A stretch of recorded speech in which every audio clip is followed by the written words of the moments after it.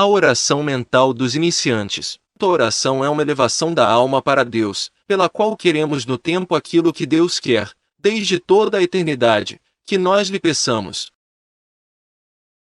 Os diversos meios de salvação, sobretudo o progresso da caridade. Buscai o reino de Deus e todo o resto vos será dado por acréscimo. Esta oração de súplica deve ser acompanhada pela adoração, pela reparação e ação de graças. Mas nós sentimos a necessidade de uma oração mais íntima, onde nossa alma, em um recolhimento mais profundo, tome contato com a Santíssima Trindade que habita em nós, contato necessário para receber do Mestre interior aquela luz de vida, a única que pode fazer penetrar profundamente e saborear os mistérios da salvação, os da encarnação redentora, do sacrifício da missa, da ida eterna para a qual nós caminhamos. Esta luz de vida é necessária também para reformar nosso caráter, espiritualizando e sobrenaturalizando, tornando-o mais conforme aquele que nos convida a procurar a paz da alma na humildade e na mansidão. Esta oração mais íntima é a meditação. O que é a meditação?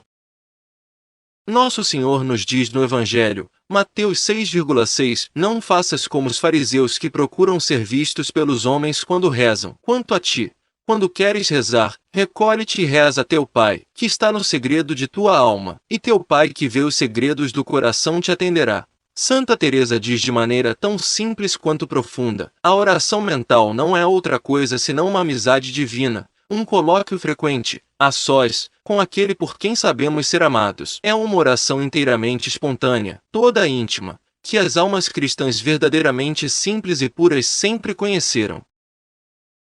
Um camponês, interrogado pelo cura de Ars sobre a maneira como ele rezava, definiu-a admiravelmente ao dizer: eu olho Nosso Senhor que está no sacrário, e ele olha para mim. É verdadeiramente o intercâmbio de amizade pelo qual a alma se entretém a sós com Deus, por quem ela acredita ser amada. Esta oração interior, que tão frequentemente foi a oração dos primeiros cristãos nas catacumbas, sempre existiu nas almas profundamente religiosas, humildes e ávidas de Deus. Com certeza, aquele que compôs os salmos a conhecia profundamente quando escrevia: como o servo suspira pelas fontes de água fresca, assim minha alma suspira por ti. Ó meu Deus, minha alma tem sede de Deus, do Deus vivo. Quando irei e aparecerei diante da face de Deus. Salmo 41,2.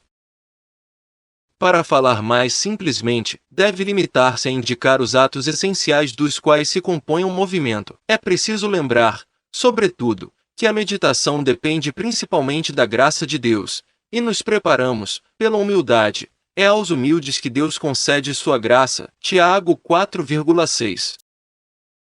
Os atos essenciais da meditação. É claro que a meditação não é somente um ato da inteligência, como um simples estudo ou leitura. A meditação não é um mero estudo que dá um prazer ao conhecer as verdades de fé. O prazer que não nasce do amor a Deus, mas do amor ao conhecimento, muitas vezes aumenta o orgulho e torna as almas mais amorosas de si mesmas. Eles procuram a si mesmas, sem o perceber. Ao contrário, a meditação deve proceder do amor a Deus e nele terminar. É por amor a Deus que se procura contemplá-lo, e a contemplação de sua bondade e de sua beleza aumenta o amor. Como se diz no diálogo de Santa Catarina de Sena, capítulo 1, o amor segue o conhecimento e, ao amar, a alma busca seguir a verdade e revestir-se da verdade. Na mesma obra, lê-se: quanto mais conhecemos a Deus desta maneira, mais o amamos, e quanto mais o amamos, mais o conhecemos. Amor e conhecimento alimentam-se reciprocamente. Mais ainda, diz São Tomás, o amor a Deus é mais perfeito que o conhecimento de Deus, a caridade é mais perfeita que a fé. Por quê? Porque de algum modo o conhecimento atrai Deus para nós, lhe impõe, por assim dizer, os limites de nossas ideias limitadas, enquanto o amor nos atrai para Deus, eleva-nos para Ele, une-nos a Ele. É por isso que a perfeição está especialmente na caridade, que deve ter o primeiro lugar em nossa alma. Isto equivale a dizer que na meditação a alma deve elevar-se para Deus sobre as duas asas da inteligência e da vontade, ajudadas pelo sopro da graça. A meditação é, pois, um movimento de conhecimento e de amor inteiramente sobrenatural. Sendo assim, é fácil dizer quais são os atos essenciais da meditação.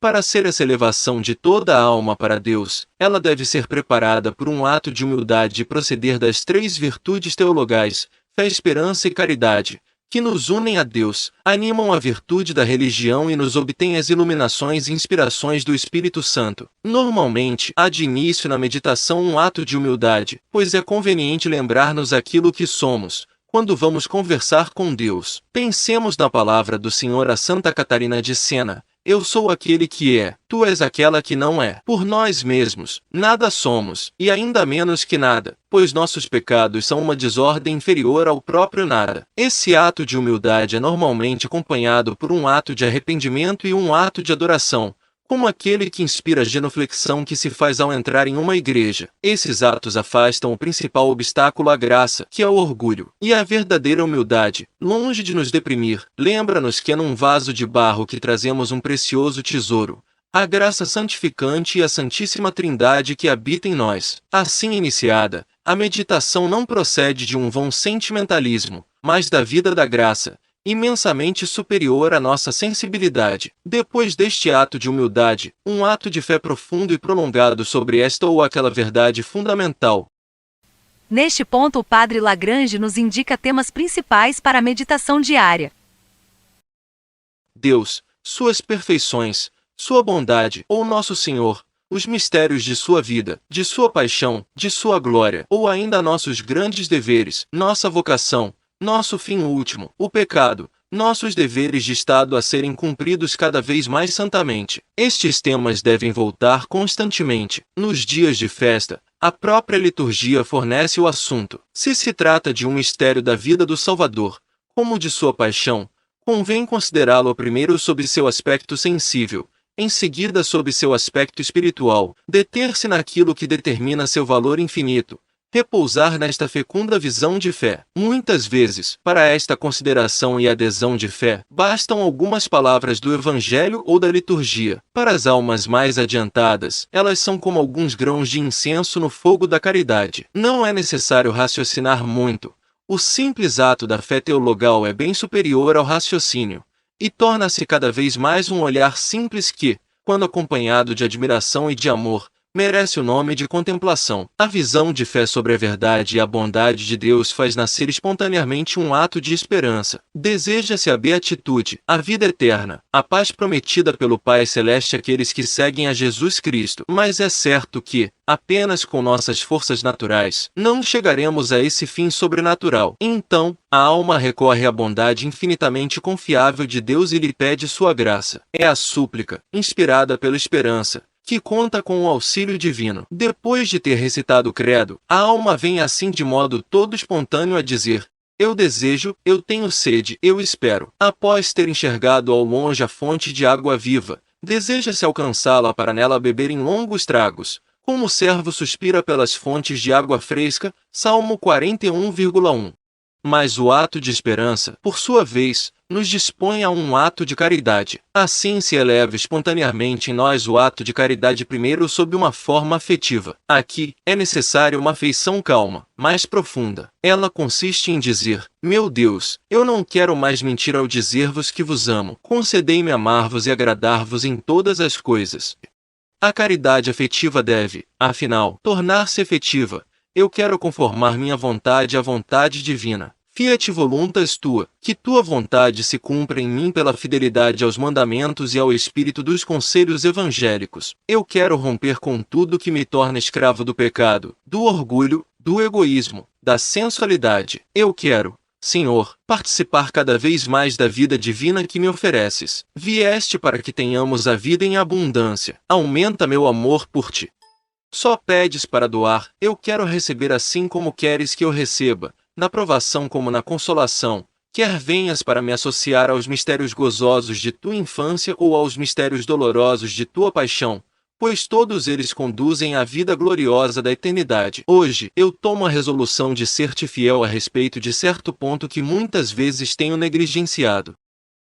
Como diz Santa Teresa, pode-se meditar assim muito lentamente o Pai Nosso. Aqui, neste ponto culminante da meditação, fruto das virtudes teologais, o conhecimento da fé, o amor da esperança e caridade tendem, sob a influência do Espírito Santo, a se fundirem em um olhar de amor fiel e generoso, que é o começo da contemplação cristã que se volta para Deus e para a humanidade do Salvador, como a contemplação do artista sobre a natureza e a da mãe sobre o rosto de seu filho. Esta meditação começa a penetrar e a saborear os mistérios da salvação, aquilo que é a habitação da Santíssima Trindade em nós, o corpo místico do Salvador e a comunhão dos santos. Pouco a pouco, ela nos introduz na intimidade de Cristo, intimidade de amor. Nada pode corrigir melhor nossos defeitos de caráter, dar-nos um vivo desejo de assemelhar-nos àquele que nos disse: recebei minhas lições, pois eu sou manso e humilde de coração, e encontrareis o repouso de vossas almas. A meditação feita desta maneira torna nosso coração mais e mais semelhante ao coração sagrado de Jesus,